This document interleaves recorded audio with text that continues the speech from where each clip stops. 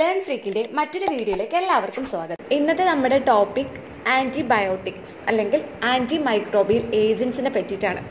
അപ്പോൾ എല്ലാവർക്കും കുറച്ച് ടഫായിട്ടുള്ളൊരു പോർഷനാണ് ആൻറ്റിബയോട്ടിക്സ്. അതുകൊണ്ട് തന്നെ നമ്മളിത് 2 സെക്ഷനായിട്ടായിരിക്കും എടുക്കുക. ഇന്നത്തെ ആ ഒരു സെഷനിൽ ഇൻക്ലൂഡ് ചെയ്തിരിക്കുന്നത് ഇമ്പോർട്ടൻ്റ് ആയിട്ടുള്ള ആൻറ്റിബയോട്ടിക്സ്, അതുപോലെ തന്നെ അതിൻ്റെ മെക്കാനിസം ഓഫ് ആക്ഷനും അങ്ങനത്തെ കാര്യങ്ങളാണ്. അടുത്ത സെക്ഷനിലായിരിക്കും നമ്മൾ വേരിയസ് മെത്തേഡ്സിനെയും പറ്റിയും അതുപോലെ തന്നെ ആൻറ്റിബയോട്ടിക്കിൻ്റെ ഡിഫറെൻറ്റ് റെസിസ്റ്റൻസും ഒക്കെ പഠിക്കുന്നത്. എന്താണ് ആൻറ്റിബയോട്ടിക്സ്? അപ്പോൾ എല്ലാവർക്കും അറിയുന്നുള്ളൊരു കാര്യമാണ്. നമ്മൾ വെറുതെ എന്തായാലും ആൻറ്റിബയോട്ടിക് കഴിക്കില്ല. എന്തെങ്കിലും ഒരു ഇൻഫെക്ഷൻ വരുമ്പോൾ അതിനെ ക്യൂർ ചെയ്യിക്കാനാണ് ആൻറ്റിബയോട്ടിക്സ് എടുക്കുന്നത്. അപ്പോൾ ഇതിൻ്റെ ഫങ്ഷൻ എന്തായിരിക്കും? നമുക്ക് ആ അസുഖം ഉണ്ടാക്കിയ ബാക്ടീരിയ അല്ലെങ്കിൽ ഫംഗസോ എന്തോ ആവാം, അതിനെ കില്ല് ചെയ്യുക, അതായത് അതിനെ നശിപ്പിച്ചിട്ട് നമ്മുടെ അസുഖം ഭേദമാക്കുക. അതിന് വേണ്ടിയിട്ടാണ് നമ്മൾ ആൻറ്റിബയോട്ടിക്സ് എടുക്കുന്നത്. അപ്പോൾ ഈ ആൻറ്റിബയോട്ടിക് എന്ന് പറയുന്നത് ഒരു കെമിക്കൽ സബ്സ്റ്റൻസ് ആണ്. അതിൻ്റെ ഫങ്ഷൻ എന്ന് പറയുന്നത് നമുക്ക് ഈ അസുഖം ഉണ്ടാക്കിയ ആ മൈക്രോ ഓർഗാനിസത്തിനെ ഒന്നെങ്കിൽ നശിപ്പിച്ച് കളയുക, അല്ലാന്നുണ്ടെങ്കിൽ അതിൻ്റെ ഗ്രോത്തിനെ ഇൻഹിബിറ്റ് ചെയ്യുക. അപ്പോൾ ഈ ആൻറ്റിബയോട്ടിക്കിനൊരു ഡെഫിനിഷൻ ഉണ്ട്. ഇതെന്ന് പറയുന്നത് ഒരു കെമിക്കൽ സബ്സ്റ്റൻസ് ആണ്. ഇത് മൈക്രോ ഓർഗാനിസം പ്രൊഡ്യൂസ് ചെയ്യുന്നതാവാം, അല്ലെങ്കിൽ ഈ സിമിലർ ആയിട്ടുള്ള സബ്സ്റ്റൻസ് നമ്മൾ കെമിക്കലി സിന്തസൈസ് ചെയ്യുന്നതാവാം. എങ്ങനെയാണെന്നുണ്ടെങ്കിലും ഇതിൻ്റെ ഫങ്ഷൻ എന്ന് പറയുന്നത് മൈക്രോ ഓർഗാനിസത്തിൻ്റെ ഗ്രോത്തിനെ ഇൻഹിബിറ്റ് ചെയ്യുകയോ അല്ലാന്നുണ്ടെങ്കിൽ അതിനെ കില്ല് ചെയ്യുകയോ ചെയ്യുക എന്നുള്ളതാണ്. അതായത് ലോ കോൺസെൻട്രേഷനിൽ കൊടുത്താൽ പോലും അത് എഫക്റ്റീവ് ആവണം. ഇപ്പോൾ ഒരു എക്സാമ്പിൾ പറയുകയാണെന്നുണ്ടെങ്കിൽ ക്ലോറാഫെനിക്കോൾ എന്ന് പറയുന്ന ആൻറ്റിബയോട്ടിക് ആദ്യം കിട്ടിയിരുന്നത് സ്ട്രെപ്റ്റോമൈസസ് വെനിസുല എന്ന് പറയുന്ന ബാക്ടീരിയ എന്നാണ്. പക്ഷേ ഇതേ ആൻറ്റിബയോട്ടിക് ഇപ്പം നമ്മൾ കെമിക്കൽ മെത്തേഡ്സ് വഴി സിന്തസൈസ് ചെയ്യുന്നുണ്ട്. ആൻറ്റി മൈക്രോബിയൽ ഡ്രഗ്സിനെ അതിൻ്റെ സ്പെക്ട്രം ഓഫ് ആക്ടിവിറ്റി ഇതിനെ ബേസ് ചെയ്തിട്ട് കോമൺ ആയിട്ട് 2 ആയിട്ടാണ് ക്ലാസിഫൈ ചെയ്തിരിക്കുന്നത്. ഒന്നെന്ന് പറയുന്നത് ബ്രോഡ് സ്പെക്ട്രോ, പിന്നെ ഉള്ളത് നാരോ സ്പെക്ട്രോ. അപ്പോൾ ബ്രോഡ് സ്പെക്ട്രം എങ്ങനെയായിരിക്കും? അതിന് ബ്രോഡായിട്ട്, അതായത് വൈഡായിട്ട് ആക്ട് ചെയ്യാൻ പറ്റുന്ന ഗ്രൂപ്പായിരിക്കും. ഇതിൻ്റെ മറ്റൊരു പേരാണ് എക്സ്റ്റെൻഡഡ് സ്പെക്ട്രം. അപ്പോൾ ഈ ബ്രോഡ് സ്പെക്ട്രത്തിൽ വരുന്ന ആൻറ്റിബയോട്ടിക്സിന് വൈഡ് റേഞ്ച് ഓഫ് ഡിഫറെൻറ്റ് മൈക്രോബ്സിനെതിരായിട്ട് ആക്ട് ചെയ്യാൻ പറ്റും. ഇപ്പോൾ എക്സാമ്പിൾ പറയുകയാണെന്നുണ്ടെങ്കിൽ ടെട്രാസൈക്ലിൻസ്. ഈ ഗ്രൂപ്പിൽ വരുന്ന antibiotics variety of gram positive അതുപോലെ തന്നെ ഗ്രാം നെഗറ്റീവ് ബാക്ടീരിയയ്ക്ക് എതിരായിട്ട് ആക്ട് ചെയ്യും. അതുകൂടാതെ റിക്കറ്റ്സിയെ, മൈക്കോപ്ലാസ്മ, പ്രോട്ടോസോവ ഇതിനെതിരായിട്ടൊക്കെ ആക്ട് ചെയ്യാൻ കാപ്പബിലിറ്റി ഉള്ള ആൻറ്റിബയോട്ടിക്സ് ആണ് ബ്രോഡ് സ്പെക്ട്രത്തിൽ വരുന്നത്. അടുത്തത് നാരോ സ്പെക്ട്രം. ആ പേര് പോലെ തന്നെ നാരോ റേഞ്ച് ആയിരിക്കും. ഒന്നോ അല്ലെങ്കിൽ വളരെ കുറച്ചോ മൈക്രോബ്സിനെതിരായിട്ട് മാത്രമേ ഇത് എഫക്റ്റീവ് ആവുള്ളൂ. ഇപ്പോൾ എക്സാമ്പിൾ പറയുകയാണെന്നുണ്ടെങ്കിൽ വാങ്കോമൈസിൻ. ഈ ആൻറ്റിബയോട്ടിക് എഫക്റ്റീവ് ആവുന്നത് ഗ്രാം പോസിറ്റീവ്, അതും ചില ഗ്രാം പോസിറ്റീവ് ബാക്ടീരിയക്ക് എതിരായിട്ടാണ്. ഇപ്പോൾ എക്സാമ്പിൾ പറയുകയാണെന്നുണ്ടെങ്കിൽ എൻട്രോകോക്കെ, സ്റ്റഫൈലോകോക്കെ അങ്ങനെയൊക്കെ. പിന്നെ ഒന്നാണ് ഗ്രീസിയോ ഫൾവിക്. ഇതെന്ന് പറയുന്നത് ഫംഗൽ ഇൻഫെക്ഷന് മാത്രമേ അത് എഫക്റ്റീവായിട്ട് നമുക്ക് യൂസ് ചെയ്യാൻ പറ്റുള്ളൂ. അടുത്തത് ആൻറ്റിബയോട്ടിക്സിൻ്റെ മെക്കാനിസം ഓഫ് ആക്ഷൻ ആണ്. അതെങ്ങനെയാണ് ആക്ട് ചെയ്യുന്നതെന്ന്. അപ്പോൾ ഈ ആൻറ്റിമൈക്രോബിയൽ ഡ്രഗ്സിനെ നമുക്ക് 2 ഗ്രൂപ്പ് ആക്കാം. ഒന്ന് ബാക്ടീരിയസിഡൽ ആക്ടിവിറ്റിയുള്ള ഗ്രൂപ്പും പിന്നുള്ളത് ബാക്ടീരിയോസ്റ്റാറ്റിക്കും. ബാക്ടീരിയസിഡൽ എന്താണ്? ബാക്ടീരിയസിഡൽ ഗ്രൂപ്പിൽ വരുന്ന ഡ്രഗ്സ് ബാക്ടീരിയ കില്ല് ചെയ്യുന്നു. സിഡൽ മീൻ കില്ല് ചെയ്യാം. പക്ഷെ ബാക്ടീരിയോസ്റ്റാറ്റിക് ആണെന്നുണ്ടെങ്കിൽ സ്റ്റാറ്റിക്, അതായത് ആ ഗ്രൂപ്പിൽ വരുന്ന ഡ്രഗ് ആ പർട്ടിക്കുലർ ബാക്ടീരിയയുടെ ഗ്രോത്തിനെ ഇൻഹിബിറ്റ് ചെയ്യുള്ളൂ, അതിനെ കില്ല് ചെയ്യില്ല. അപ്പോൾ ബാക്ടീരിയസിഡൽ ഡ്രഗ്സ് നമ്മൾ യൂസ് ചെയ്യുന്നതെന്ന് പറയുന്നത് ലൈഫ് ത്രെറ്റനിങ് സിറ്റുവേഷൻസ് വരുമ്പോഴോ അല്ലെങ്കിൽ എൻഡോകാർഡൈറ്റിസിൻ്റെ കേസിലോ അതല്ലാന്നുണ്ടെങ്കിൽ ലോ പോളിമോർഫോ ന്യൂക്ലിയർ കൗണ്ടുള്ള പേഷ്യൻസിനോ, ഇതും ഇല്ലാന്നുണ്ടെങ്കിൽ ബാക്ടീരിയോസ്റ്റാറ്റിക് ഡ്രഗ്സ് കൊടുത്തിട്ട് ക്യൂർ ആവാത്ത കണ്ടീഷൻ, ഇങ്ങനെയുള്ള കണ്ടീഷനിലാണ് നമ്മൾ ബാക്ടീരിയസിഡൽ ഡ്രഗ്സ് യൂസ് ചെയ്യുന്നത്. അടുത്തത് ബാക്ടീരിയോസ്റ്റാറ്റിക് ഡ്രഗ്സ്. ഇതെന്ന് പറയുന്നത് ഹോസ്റ്റ് ഡിഫെൻസ് മെക്കാനിസത്തിനെ ഡിപ്പെൻഡ് ചെയ്തിരിക്കും. അതുകൊണ്ട് തന്നെ ന്യൂട്രോഫിലിൻ്റെ കൗണ്ട് വളരെ കുറവായിട്ടുള്ള ആൾക്കാർക്ക് നമ്മൾ ബാക്ടീരിയോസ്റ്റാറ്റിക് ഡ്രഗ്സ് കൊടുക്കാറില്ല. മെയിനായിട്ടും 4 മെക്കാനിസം വഴിയാണ് ഈ ആൻറ്റിബയോട്ടിക്സ് ആക്ട് ചെയ്യുന്നത്. ഫസ്റ്റത്തത് സെൽ വോൾ സിന്തസിസിനെ ഇൻഹിബിറ്റ് ചെയ്ത്, രണ്ടാമത്തത് ഇൻഹിബിഷൻ ഓഫ് പ്രോട്ടീൻ സിന്തസിസ്, മൂന്നാമത്തത് ഇൻഹിബിഷൻ ഓഫ് DNA ഫങ്ഷൻ, നാലാമത്തത് alteration of cell membrane function. ഇതാണ് മേജർ ആയിട്ടുള്ള 4 കാറ്റഗറി ഓഫ് ആക്ഷൻ എന്ന് പറയുന്നത്. ഫസ്റ്റ് നോക്കാനുള്ളത് inhibition of cell wall synthesis ആണ്. അപ്പോൾ സെൽ വോൾ സിന്തസിസിനെ ഇൻഹിബിറ്റ് ചെയ്യുന്ന മെയിൻ ആയിട്ടുള്ള ആൻറ്റിബയോട്ടിക്സ് ആണ് പെനിസിലിൻസ്, സെഫാലോസ്പോറിൻസ്, ബാസിട്രാസിൻ, വാങ്കോമൈസിൻ, സൈക്ലോസിറൈൻ. ഇതിൽ പെൻസിലിനും അതുപോലെ തന്നെ സെഫലോസ്പോറിനും ഇതിനെ നമ്മൾ പറയുന്ന പേരാണ് ബീറ്റാ ലാക്ടം ആൻറ്റിബയോട്ടിക്സ്. അങ്ങനെ പറയാൻ കാരണം ഈ ബീറ്റാ ലാക്ടം ആൻറ്റിബയോട്ടിക്സിന് ഒരു പ്രത്യേകതയുണ്ട്. ഇതിലൊരു റിംഗ് ഉണ്ട്, അതിനെ പറയുന്ന പേരാണ് ബീറ്റാ ലാക്ടം റിംഗ്. അപ്പോൾ ഈ beta lactam group of antibiotics പോയിട്ട് ബാക്ടീരിയയുടെ സൈറ്റോപ്ലാസ്മിക് മെംബ്രെയിൻ്റെ ഇന്നർ ലെയറിൽ ഒരു റിസപ്റ്റർ ഉണ്ട്. ആ റിസപ്റ്ററാണ് പെൻസിലിൻ ബൈൻഡിങ് പ്രോട്ടീൻ. അപ്പോൾ ഈ ആൻറ്റിബയോട്ടിക് പോയിട്ട് എവിടെ ബൈൻഡ് ചെയ്യും? ആ റിസപ്റ്റർ ആയിട്ടുള്ള പെൻസിലിൻ ബൈൻഡിങ് പ്രോട്ടീനിൽ പോയിട്ട് ബൈൻഡ് ചെയ്യും. അപ്പോൾ നോർമലി എന്ത് സംഭവിക്കും? ഈ സെൽ വോളിലെ പെപ്റ്റിഡോഗ്ലൈക്കൻ്റെ സിന്തസിസ് ഇൻ്റർഫിയറൻസ് ഉണ്ടാവും. അത് കാരണം സെൽ മെംബ്രെയിൻ ഡാമേജസിന് വൾനറബിൾ ആവുകയും ബാക്ടീരിയ ലൈസ് ചെയ്യുകയാണ് ചെയ്യുന്നത്. അങ്ങനെയാണ് മെയിനായിട്ടും ഈ ഗ്രൂപ്പ് ഓഫ് ആൻറ്റിബയോട്ടിക്സ് എന്ത് ചെയ്യുന്നത്? ആക്ട് ചെയ്യുന്നത്. അപ്പോൾ ഇതിൽ പെൻസിലിനും അതുപോലെ തന്നെ സെഫലോസ്പോറിനും മെമേലിയൻ സെൽസിന് നോൺ ടോക്സിക് ആണ്, കാരണം പെപ്റ്റിഡോഗ്ലൈക്കൻ ഇല്ലാത്ത കാരണം. അതുപോലെ തന്നെ ഗ്രാം നെഗറ്റീവ് സെൽ വോള്, അതിലെന്ന് പറയുന്നത് ഗ്രാം നെഗറ്റീവ് ബാക്ടീരിയയുടെ സെൽ വോൾ എങ്ങനെയായിരിക്കും? കോംപ്ലക്സ് ആണ്. അത് കാരണം ആഡിക്വേറ്റ് കോൺസെൻട്രേഷനിൽ ഈ പറഞ്ഞ ഡ്രഗ്സിന് എന്ത് ചെയ്യാൻ പറ്റില്ല? പെനിട്രേറ്റ് ചെയ്യാൻ പറ്റില്ല. ഇതാണ് ബീറ്റാ ലാക്ടം റിംഗ്. അപ്പോൾ ഈ ബീറ്റാ ലാക്ടം ആൻറ്റിബയോട്ടിക്സിന് സ്പെസിഫിക് ആയിട്ടുള്ള ഒരു സ്ട്രക്ചർ ഉള്ളത് കൊണ്ടാണ് അതിന് ആ റിംഗ് ഉള്ളത് കൊണ്ടാണ് അതിന് ബീറ്റാ ലാക്ടം ആൻറ്റിബയോട്ടിക്സ് എന്ന് പറയാൻ കാരണം. ഇത് നമ്മുടെ കോമൺ ആയിട്ടുള്ള ബീറ്റാ ലാക്ടം ഗ്രൂപ്പിൽ വരുന്ന ആൻറ്റിബയോട്ടിക്സ് ആണ്. അപ്പോൾ പെൻസിലിൻ വരുന്നുണ്ട്, പിന്നെ ബീറ്റാ ലാക്ടം ആൻറ്റിബയോട്ടിക്സിന് നമ്മൾ വീണ്ടും സെഫലോസ്പോറിൻസ്, കാർബാപിനംസ്, മോണോബാക്ടംസ് അങ്ങനെ ഡിവൈഡ് ചെയ്തിട്ടുണ്ട്.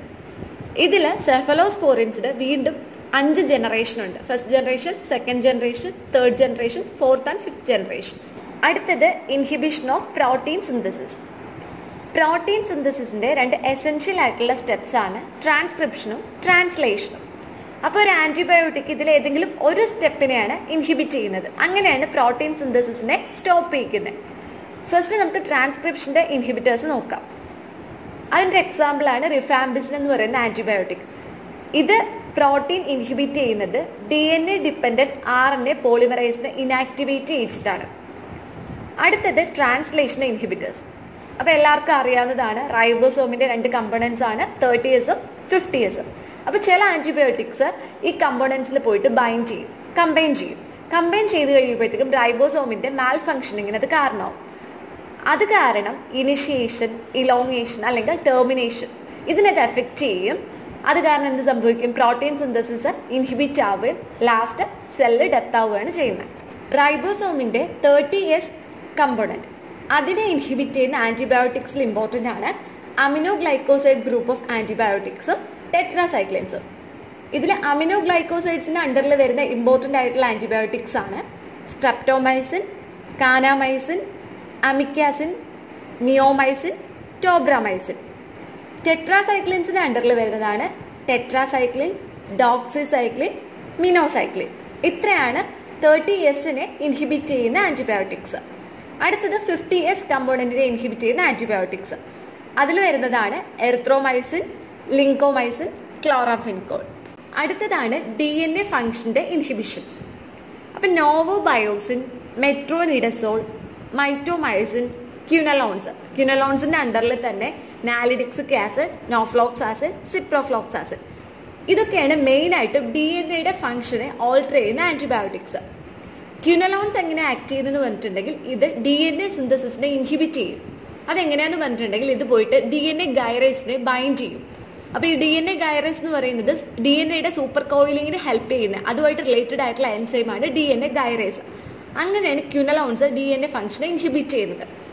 നോവോബയോസിൻ ആണെന്നുണ്ടെങ്കിൽ DNA റെപ്ലിക്കേഷനാണ് ഇൻഹിബിറ്റ് ചെയ്യുന്നത്. മെട്രോനിഡസോൾ DNAക്ക് ഡാമേജ് ഉണ്ടാവും, അങ്ങനെ എന്ത് സംഭവിക്കും? അതിൻ്റെ റെപ്ലിക്കേഷൻ ഇൻഹിബിറ്റ് ചെയ്യാണ് ചെയ്യുന്നത്. അടുത്തത് alteration of cell membrane function. ഈ ഗ്രൂപ്പിൽ വരുന്ന ആൻറ്റിബയോട്ടിക്സ് മെയിനായിട്ടും ആക്ട് ചെയ്യുന്നത് സെൽ മെംബ്രെയിന് ഡാമേജ് ഉണ്ടാക്കിയിട്ടാണ്. അപ്പോൾ അതിന് എക്സാമ്പിളാണ് പോളിനിക്സിൻ B, നിസ്റ്റാറ്റിൻ. ഇതെന്ന് പറയുന്നത് സൈറ്റോപ്ലാസ്മിക് മെംബ്രെയിനിൽ ബൈൻഡ് ചെയ്യും. അങ്ങനെ ബൈൻഡ് ചെയ്യുന്നതിൻ്റെ റിസൾട്ടായിട്ട് സൈറ്റോപ്ലാസ്മിക് മെംബ്രെയിൻ്റെ സെമി പെർമിയബിലിറ്റി നഷ്ടപ്പെടുകയും അതിൻ്റെ റിസൾട്ടായിട്ട് എന്ത് ചെയ്യും? എസെൻഷ്യൽ ആയിട്ടുള്ള മോളിക്യൂൾസ് ഒക്കെ പുറത്തു വരികയും സെല്ല് അവസാനം ഡെത്ത് ആവുകയാണ് ചെയ്യുന്നത്. അപ്പോൾ ഇത്രയൊക്കെയാണ് ഇമ്പോർട്ടൻ്റ് ആയിട്ടുള്ള mechanism of action of antibiotics. അടുത്ത ഇമ്പോർട്ടൻ്റ് ആയിട്ടുള്ള ഒരു ടേമാണ് ബീറ്റാ ലാക്ടമേസ് എൻസൈംസ്. അപ്പം നമ്മളിപ്പോൾ പറഞ്ഞു കഴിഞ്ഞതാണ് beta lactam group of antibiotics. ഇപ്പോൾ ബീറ്റാ ലാക്ടം ഗ്രൂപ്പ് ഓഫ് ആൻറ്റിബയോട്ടിക്സിലുള്ള സ്പെസിഫിക് ആയിട്ടുള്ള ഒരു റിംഗ് ആണ് ബീറ്റാ ലാക്ടം റിംഗ്. അപ്പോൾ ഇങ്ങനെ ബീറ്റ ലാക്ടം ഗ്രൂപ്പ് ഓഫ് ആൻറ്റിബയോട്ടിക്സിലുള്ള ബീറ്റ ലാക്ടം റിങ്സിനെ ഹൈഡ്രോലൈസ് ചെയ്യാൻ ക്യാപ്പബിലിറ്റി ഉള്ള എൻസൈംസ്, അതിനെയാണ് നമ്മൾ ബീറ്റ ലാക്ടമേസ് എൻസൈംസ് എന്ന് പറയുന്നത്.